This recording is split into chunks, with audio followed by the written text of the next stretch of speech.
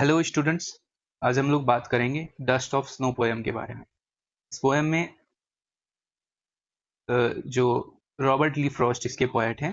और किन बच्चों को ये पोएम देखनी चाहिए, ये वाली video, CBSE board, UP board और बिहार बोर्ड के बारे में, है ना।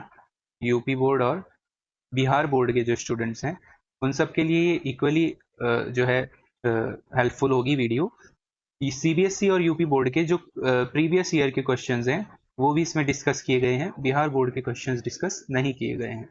तो आप लोग देखें इसको। शुरू करते हैं। ये पोएम है रॉबर्ट ली फ्रॉस्ट की और इसमें शुरुआत होती है, the way a crow Shuk down on me the dust of snow from a hemlock tree. जिस तरह से एक क्रो ने एक हेमलॉक ट्री से मेरे ऊपर क्या गिरा दिया, डस्ट ऑफ स्नो, स्नो के पार्टिकल्स को गिराया। देखिए कोई आदमी है, यहाँ पे कोई पेड़ है और कोई व्यक्ति जो है वो यहाँ पे खड़ा हुआ है। और यहाँ पे कुआ बैठा था, पेड़ पे बर्फ जमी हुई थी, वो आके बैठा या यहाँ से उड़ा और उसकी वजह से, पेड़ हिलने की वजह से इसके ऊपर कुछ जो पार्टिकल्स थे स्नो के वो गिर जाते हैं। आगे क्या कहता है, has given my heart a change of mood and saved some part of a day I had rued. उसने मेरे हार्ट को चेंज ऑफ मूड दिया, यानी कि मेरा मूड जो है वो चेंज हो गया। और क्या हुआ, जो मेरा दिन था बचा हुआ, बाकी का जो दिन था उसको बचा लिया बर्बाद होने से। आधा दिन मैं पहले ही खराब कर चुका था, जिसके लिए वो रिग्रेट कर रहा था, है ना। रिग्रेट करके उसने, रूड का मतलब होता है रिग्रेट करना, अपना दिन खराब कर लिया था। और ये बाकी का जो बचा हुआ दिन है वो उसका बेहतर हो गया, अच्छा हो गया। किस वजह से, सिर्फ इस नेचुरल फिनोमेना की वजह से, है ना।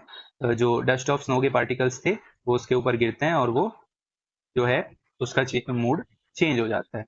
अब ऐसे कैसे मूड चेंज हो गया, जैसे कई बार आपका मूड बहुत खराब है, बारिश होने लगी है ना, और आप नहाए बारिश में, उसके बाद आप मम्मी से कह रहे हैं कि मम्मी मुझे तो जो है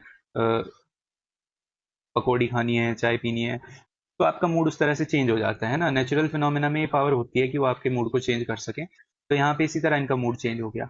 अब देखते हैं राइम स्कीम क्या है इसकी। राइम स्कीम आई होप कि आप लोग सब जानते होंगे, लेकिन फिर भी मैं हम लोग जो है ना, जो पोएटिक डिवाइसेस हैं और इस तरह की चीजें हैं उनको हर पोएम में साथ साथ समझते हुए चलेंगे, अलग से डिस्कस नहीं करेंगे।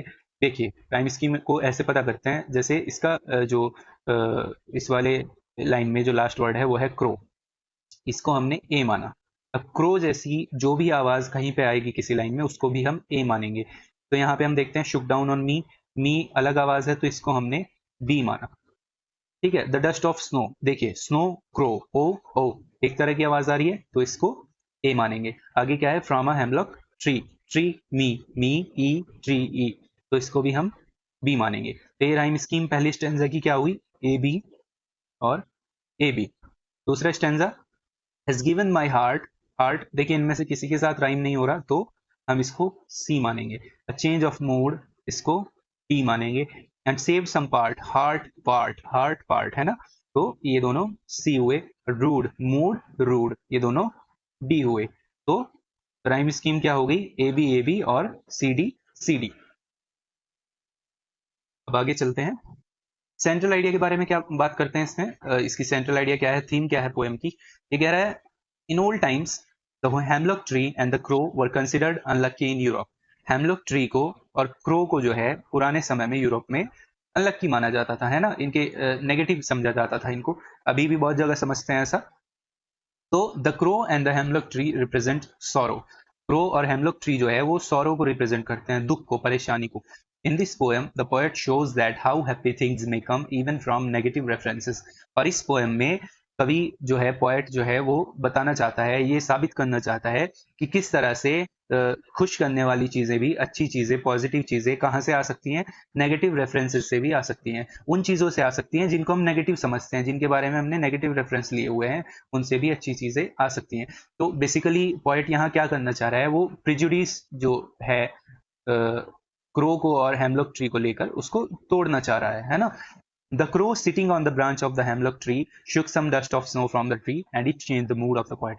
ये वही है जो हमने अभी पोएम में पढ़ा कि क्रो जो है वो हेमलॉक ट्री की ब्रांच पे बैठा हुआ था और वहां से कवि जो नीचे खड़ा था, पोएट, पेड़ के कुछ बर्फ के डस्ट पड़ता है, स्नो का, स्नो के पार्टिकल्स नीचे गिरते हैं और उससे उसका मूड जो है वो चेंज हो जाता है, यानी वो खुश हो जाता है। पहले दुखी था, परेशान था, और जबकि क्रो को और हेमलॉक ट्री को सौरों से रिप्रेजेंट करते हैं, लेकिन फिर भी पोएट का मूड तो अच्छा हो गया, तो इसके लिए तो ये चीजें पॉजिटिव हुई। अब हम बात करते हैं कि पोएटिक डिवाइसेस कौन कौन सी यूज हुई हैं इसमें। देखिए, यूपी बोर्ड के स्टूडेंट्स समझ लीजिए एक बात, ये चीजें आपके एग्जाम में नहीं आती अभी तक, है ना, लेकिन फिर भी इन चीजों को समझना बहुत जरूरी है। ये आपके लिए 11th में 12th में जाकर इंग्लिश में आपके काम आएंगी, है ना, और आगे भी काम आएंगी। अगर आप इंग्लिश लिटरेचर को आगे पढ़ते हैं ग्रेजुएशन में, तो आपके बहुत काम आएंगी। देखिए, पहली पोएटिक डिवाइसेस जो यहाँ पे यूज हुई है वो है assonance, the repetition of vowel sound in words that are close together in a sentence और वर्ड्स। अगर वोवेल साउंड्स जो होती हैं वो आसपास के जो वर्ड्स हैं उनमें बार बार रिपीट हुई हो, तो वहां पे एजोनेंस पोएटिक डिवाइसेस का यूज हुआ है। कौन सी लाइन में? शुक डाउन ऑन मी, यहाँ पे ओ आया एक बार, फिर दोबारा ओ आया, फिर ओ आया, तो ये वोवेल साउंड है और इसको 3 बार यहाँ पे रिपीट किया गया है। इसका मतलब यहाँ पर एजोनेंस पोएटिक साउंड का पोएटिक डिवाइस का यूज हुआ है। दूसरा है enjambment, the sentence is being continued to the next line without the use of any punctuation marks. किसी पंक्चुएशन मार्क के बिना सेंटेंस को अगली लाइन में कंटिन्यू कर देना, वहां पे कौन सी पोएटिक डिवाइस होती है? एंजैममेंट होती है। देखिए, यह है the way a crow Shuk down on me, एक सेंटेंस हुआ, लेकिन यहां बिना किसी पंक्चुएशन मार्क के इसको आगे तक पहुंचाया गया है। इसी तरह अगली लाइनों में किया गया है, तो यहाँ पे एंजैममेंट भी क्या हुआ? एक पोएटिक डिवाइस हुई। आगे हम लोग देखते हैं अगली पोएटिक डिवाइस जो इसमें यूज हुई है, वह है मेटाफर। मेटाफर क्या है? Makes an implicit comparison between two unlike things usually by saying that one thing is another thing. दो चीजों के बारे में, दो चीजों को लेकर इस तरह का कंपैरिजन करना कि वो बिल्कुल एक जैसी हो जाएं, उनमें कोई जो है डिफरेंस ना रहे, ऐसा मान लिया जाए, तो उसको क्या कहते हैं? मेटाफर वहां पे यूज होता है। जैसे डस्ट ऑफ स्नो है, ठीक है, तो डस्ट ऑफ स्नो, डस्ट तो धूल होती है, और स्नो तो जो है वो एक ऐसा पार्टिकल है, मतलब साफ सुथरा होता है, फिर भी इसको डस्ट ऑफ स्नो कह दिया गया। वैसे यहाँ डस्ट से मतलब पार्टिकल से है, स्नो के, है ना, लेकिन फिर भी इसे डस्ट ही मान लिया गया है क्योंकि वो बहुत छोटे कण है स्नो के, तो इसमें यहाँ पे मेटाफर यूज होगा। ठीक है, अगला है कॉन्ट्रास्ट। कॉन्ट्रास्ट कहाँ पे यूज हुआ है? Hemlock tree and crow with snow. Hemlock tree और क्रो को स्नो के साथ कॉन्ट्रास्ट किया गया है ना, दो बिल्कुल विपरीत चीजें, बिल्कुल उल्टी चीजें जब एक साथ यूज की जाए उसको कॉन्ट्रास्ट बोलते हैं। जैसे हेमलॉक ट्री और क्रो जो है वो ब्लैक को या डार्कनेस को, ठीक है, डार्कनेस को रिप्रेजेंट करते हैं, और स्नो क्या है? वो व्हाइट को रिप्रेजेंट करता है। तो ये दोनों जो है कॉन्ट्रास्ट में हुए। अब दूसरी जगह, जैसे negative mood at the beginning, शुरू में पोएट का मूड कैसा था? बिल्कुल नेगेटिव था, मूड खराब था उसका, है ना, और positive mood at the end, and में क्या हुआ? उसका मूड बहुत पॉजिटिव हो गया, वो बहुत खुश था एंड में। तो ये चीज है। अगला है हमारा poetic device alliteration, use of the same letter और sound at the beginning of words that are close together. तो शुरू में ही, वर्ड्स के शुरू में एक तरह के साउंड्स का यूज करना, वो एलिट्रेशन कहलाता है। देखिए, एक इसमें कंफ्यूज नहीं होना है, अभी हमने जो पोएटिक डिवाइस देखी वो क्या थी? एजोनेंस। एजोनेंस में वोवेल साउंड का रिपीटिशन होता है आसपास के वर्ड्स में, लेकिन ये बीच में भी हो सकती है, शुरू में भी हो सकती है ना। हमने देखा यहाँ पे ये बीच में है 2 जगह और यहाँ पे शुरू में है, तो ऐसा हो सकता है। लेकिन इस वाली पोएटिक डिवाइस में क्या है एलिट्रेशन में? इसमें जो वर्ड्स होते हैं उनके शुरू में, बिगिनिंग ऑफ वर्ड्स, ठीक है, शुरू में ही वो वर्ड होना चाहिए, उसका रिपीटिशन। तो यहाँ पे हुआ है has given my heart, H H 2 बार आया है, and save some part, S S 2 बार आया है। ठीक है, अगला है सिंबॉलिज्म। सिंबॉलिज्म क्या है? सिंबल की तरह किसी चीज को यूज करना। जैसे use symbol be the words people marks locations और abstract ideas to represent something beyond the literal meaning. Literal meaning से, जो उसका मीनिंग है सीधा सीधा, उससे ऊपर उठ के किसी किसी चीज को सिंबल की तरह यूज करना, वो सिंबलिज्म कहलाता है। ऐसा तो पोएम में बहुत जगह हुआ है ना। एग्जाम्पल के तौर पे देखते हैं, the poet uses negative symbols such as the crow and hemlock tree to convey the idea that we can find joy even in seemingly dark things.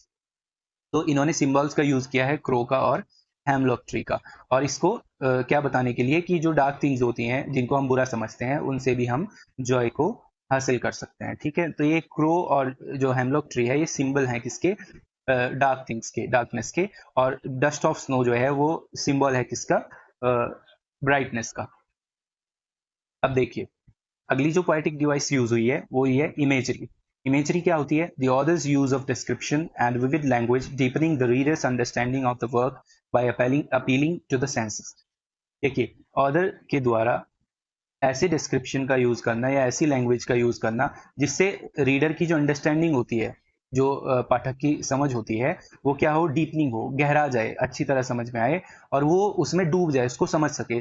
जैसे देखिए, जब हम ये पोएम पढ़ रहे थे कि हमारे सामने वो इमेजेस, जब हम पोएम पढ़ते हैं, the way a crow Shuk down on me, crow हमने सुना तो हमारे दिमाग में कोए की एक इमेज बनती है। फिर हमने सुना कि हेमलॉक ट्री है और एक आदमी उसके ऊपर डस्ट, स्नो की डस्ट गिरती है, तो हमारे मन में ये भी इमेज बनती है। किसी के मन में ऐसी बनती है कि कुआ आके बैठा होगा तो डस्ट, जो पार्टिकल्स थे स्नो के, वो गिरे होंगे। किसी के मन में ऐसी इमेज बनती है कि जब क्रो जो वहां से उड़ के गया होगा तब वो पार्टिकल्स गिरे होंगे। तो ये क्या होता है, ये इमेजरी है, उस चीज को पढ़ते हुए उसे फील करना, अपनी सेंसेस में देखना उनको। अगला जो हमारा पोएटिक डिवाइस है वो है साइनेक्टकी। इसमें क्या है, use a part of something to stand for the whole thing.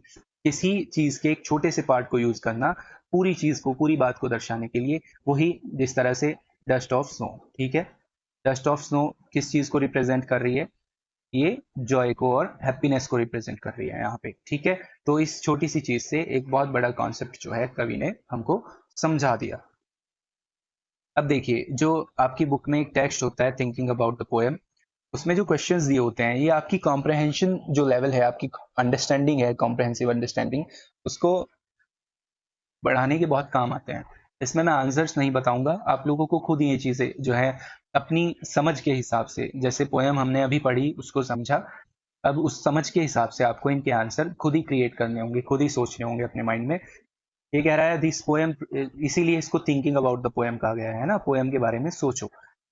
This poem presents a moment that seems simple. इस पोएम में एक ऐसी मोमेंट, ऐसा क्षण दिखाया गया है जो बहुत साधारण सा लगता है, बहुत सिंपल सा लगता है, but has a larger significance, लेकिन इसका एक बहुत बड़ा प्रभाव है। आगे दिया है इसने, compare this other quotation from Robert Frost, always always a larger significance, a little thing touches a larger thing. ठीक है, हमेशा एक बड़ा प्रभाव होता है, एक छोटी चीज ही बड़ी चीज को टच करती है या प्रभावित करती है।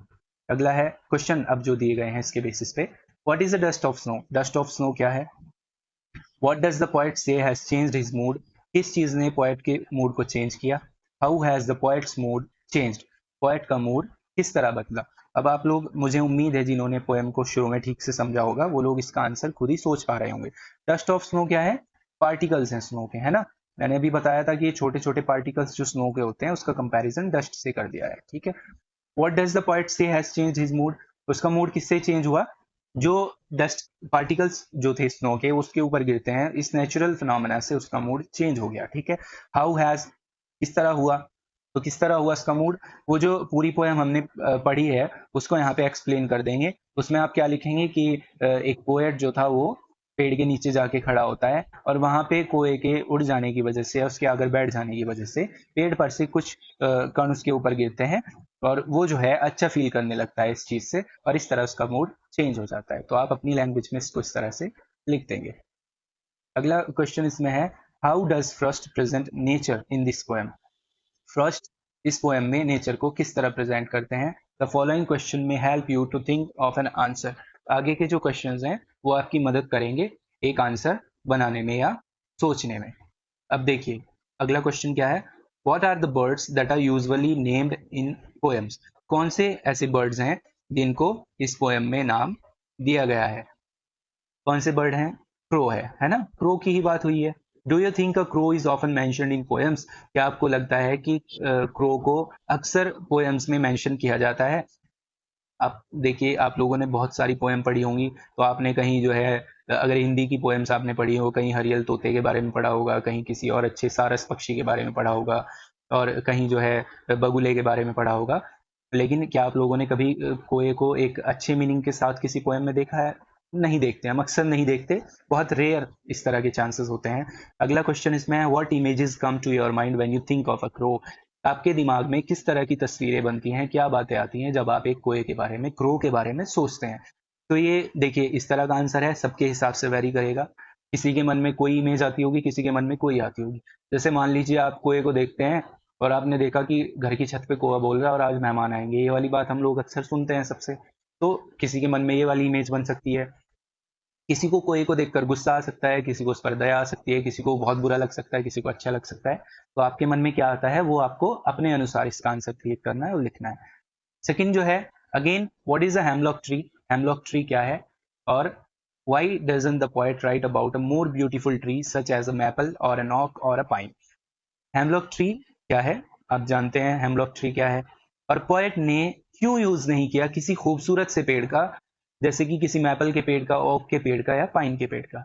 इसके ही बारे में क्यों उसने कहा है? क्योंकि मैंने अभी बताया था, he want to break the stereotype, है ना? वो जो प्रिजुडिस्ड हैं इनके बारे में जो स्टीरियोटाइप्स हैं हेमलॉक ट्री के बारे में कि ये बुरा होता है, नेगेटिव होता है, उसको शायद कभी कहीं तोड़ना चाहता था, इसलिए उसने क्या किया, हेमलॉक ट्री का यूज किया और उसको पॉजिटिव वे में शो किया। जैसे आप लोगों ने हिंदी में पढ़ा होगा कि कबीर दास जो थे वो अपने आखिर के दिनों में मगहर चले गए थे, है ना? मगहर एक जगह थी, जहां तक मैं याद कर पा रहा हूँ, अगर मैं गलत हूं तो माफी चाहूंगा, लेकिन स्टोरी कुछ इसी तरह की है कि वो मगहर चले गए थे क्योंकि ऐसा कहा जाता था कि जो लोग काशी में पैदा होते हैं और काशी में ही मरते हैं वो स्वर्ग जाते हैं, और जिन लोगों की मृत्यु मगहर में होती है वो नर्क में जाते थे। तो कबीर दास की फॉलोइंग बहुत ज्यादा थी, लोग उनको बहुत मानते थे, और कबीर दास ने ये स्टीरियोटाइप तोड़ने के लिए कि मगहर एक बुरी जगह है मरने के लिए, वो खुद वहां चले गए अपने आखिर के दिनों में और उन्होंने अपनी आखिरी सांसें वहीं ली, ताकि सोसाइटी में एक मैसेज जा सके कि कोई भी जगह गलत नहीं है, सब जगह समान होती है, ईश्वर सब जगह समान रूप से स्थित होता है, और वहां मरने से कोई नर्क में नहीं जाएगा, है ना? फिर लोगों में ये बात कबीरदास के जाने के बाद बनी कि हाँ, जब कबीरदास जैसे व्यक्ति मगर में मरे हैं तो ईश्वर उनको तो नर्क में भेजेगा नहीं, है ना? तो इसलिए लोगों ने वो जो उनका नेगेटिव रेफरेंस था मगहर के बारे में उसको मानना बंद कर दिया। तो इसी तरह से इस पॉइंट ने यहाँ पर ये जो स्टीरियोटाइप है हम लोग ट्री और क्रो को लेकर के तो तोड़ने की कोशिश की है। अब देखिए आगे का क्वेश्चन हमारा है, what do the crow and hemlock tree present, joy और sorrow? What does the dust of snow that the crow shakes off a hemlock tree stand for? देखिए क्रो और हेमलॉक ट्री क्या रिप्रेजेंट करते हैं, Joy या sorrow? Sorrow represent करते हैं basically, लेकिन पोएट ने पोएम में क्या किया, इनको जॉय में चेंज कर दिया, है ना? ये जॉय रिप्रेजेंट करते हैं। और डस्ट ऑफ स्नो क्या है, जो क्रो ने हेमलॉक ट्री से गिराई थी, है ना? तो डस्ट ऑफ स्नो क्या है, स्नो के पार्टिकल्स हैं, ठीक है? वो जॉय को रिप्रेजेंट करता है, जॉय है, वो जॉय को गिराया था उन्होंने। अब क्वेश्चन है, have there been times when you felt depressed or hopeless? क्या ऐसा समय कभी आया है जब आप बहुत ज्यादा डिप्रेस्ड रहे हो या होपलेस रहे हो? Have you experienced a similar moment that changed your mood that day? क्या आपको भी कोई इसी तरह का मोमेंट याद है जब आपका मूड बहुत ज्यादा खराब हो, आप बहुत निराश हो, और कोई ऐसी छोटी सी घटना हुई हो जिससे आपका मन बहुत अच्छा हो गया हो, है ना? तो ये अगेन वही बात है कि पर्सन टू पर्सन वेरी करती हैं चीजें। अब आपके साथ क्या हुआ है वो एग्जाम्पल आपको ही उसका देना है। आगे क्वेश्चन है, previous year question, what is the underlying message for us in our hectic life with reference to the poem dust of snow? ये डस्ट ऑफ स्नो जो पोएम है उसमें हमारी जो हेक्टिक लाइफ है, जो दिन रात ये डिप्रेशन से भरी हुई लाइफ है, इसमें क्या मैसेज है हम लोगों के लिए, वो आपको इसमें लिखना था। सीबीएसई 2016-17 का ये क्वेश्चन है। तो देखिए इसमें क्या मैसेज है कि अगेन वही बात जो हम शुरू से करते आ रहे हैं कि छोटी छोटी चीजें भी बहुत छोटे से और बहुत नेगेटिव रेफरेंसेस से भी पॉजिटिव मूड आ सकते हैं, पॉजिटिव चीजें हो सकती हैं, इसलिए इंसान को कभी भी निराश नहीं होना चाहिए, है ना? कोई भी स्थिति ऐसी नहीं है जिससे आप बाहर नहीं निकल सकते, वही सब चीजें आप इसमें लिख देंगे। How has the poet observed nature in this poem dust of snow? Poet ने इस पोएम में डस्ट ऑफ स्नो में नेचर को किस तरह से ऑब्जर्व किया है? तो अगेन वही बात कि इसमें जो है नेचर को इस तरह दिखाया गया है कि nature has the power to change our mood. Nature में जो बहुत सारी चीजें हैं उनसे इंसान को जो है अपना मूड बेहतर करने में या खुद को ठीक करने में बहुत मदद मिलती है। और आपका अगर आप डिप्रेस्ड हैं या परेशान हैं तो नेचर की तरफ अगर आप जाएंगे तो आपको उससे हेल्प मिलेगी।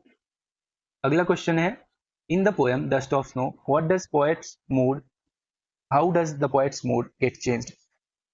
तो इस तरह से मूड ठीक हुआ उसका। अगेन वही बात जो शुरू से हम लोग कर रहे हैं कि डस्ट जो थी स्नो की उसके ऊपर गिरती है और उससे उसका मूड अच्छा हो जाता है। उस चीज को आप एक्सप्लेन कर देंगे तो आपका आंसर हो जाएगा। अगला क्वेश्चन है, simple movement proves to be very significant and saves the rest of the day of the poet from being wasted. Explain on the basis of the poem Dust of Snow. एक simple सी movement जो है कवि के बाकी के दिन को बचाने के लिए, वेस्ट होने से बचाने के लिए बहुत कारगर साबित हुई, और इस बात को आपको एक्सप्लेन करना है पोएम के बेसिस पे। फिर से वही सेम आंसर। आगे है question, what mood of the poet is reflected in the poem dust of snow initially, what images are bring by the poet to bring about the effect. तो शुरू में उसका इनिशियली उनका मूड क्या था, poet का, उनका मूड जो है नेगेटिव था, और बाद में क्या हो जाता है, मूड पॉजिटिव हो जाता है। और पॉजिटिव कैसे हुआ, what images are bring by the poet to bring about the effect, कौन सी इमेजेस जो है पोएट के द्वारा किन चीज़ों का यूज़ किया गया जिससे उसका मूड जो है वो पॉजिटिव हुआ, जिससे ये इफेक्ट आया, प्रभाव पड़ा। तो आप लोग फिर पोएम के बेस पे बता देंगे कि कवि पेड़ के नीचे खड़ा था और इस तरह से डस्ट ऑफ स्नो जो थी उसके ऊपर गिरती है और उसका मूड ठीक हो जाता है। ये ऑब्जेक्टिव टाइप क्वेश्चन है। इसमें पूछा गया है the dust of snow from a hemlock tree, the dust of snow has made the poet. इसने क्या बना दिया, पोएट को हैप्पी कर दिया, है ना, खुश कर दिया उसको। अगला क्या है question, in the poem dust of snow which negative symbols have been used to create a positive effect. कौन से सिंबल्स का यूज हुआ है, क्रो का तो हुआ है, स्नो का भी हुआ है, लेकिन स्नो तो नेगेटिव नहीं है, नेगेटिव पूछे इसने, है ना। स्नो हेमलॉक ट्री नेगेटिव है, स्नो तो नहीं है। क्रो और डस्ट, क्रो तो है, डस्ट के बारे में बात नहीं हुई। हेमलॉक ट्री और क्रो ये दोनों नेगेटिव रेफरेंस थे जिनका यूज किया इसने, तो ये इसका आंसर हुआ। तो इसी के साथ thanks for watching, don't forget to like share and subscribe, और ज़्यादा से ज़्यादा शेयर करें इस चीज़ को if you like the content. अगर आप लोगों को कोई क्वेश्चन हो, कोई क्वेरी हो, या कुछ भी पूछना हो या कुछ छूट गया हो, तो आप लोग कमेंट सेक्शन में बता सकते हैं। आई विल ट्राई के नेक्स्ट टाइम मैं उस चीज़ को कवर कर सकूँ, है ना। Thank you so much.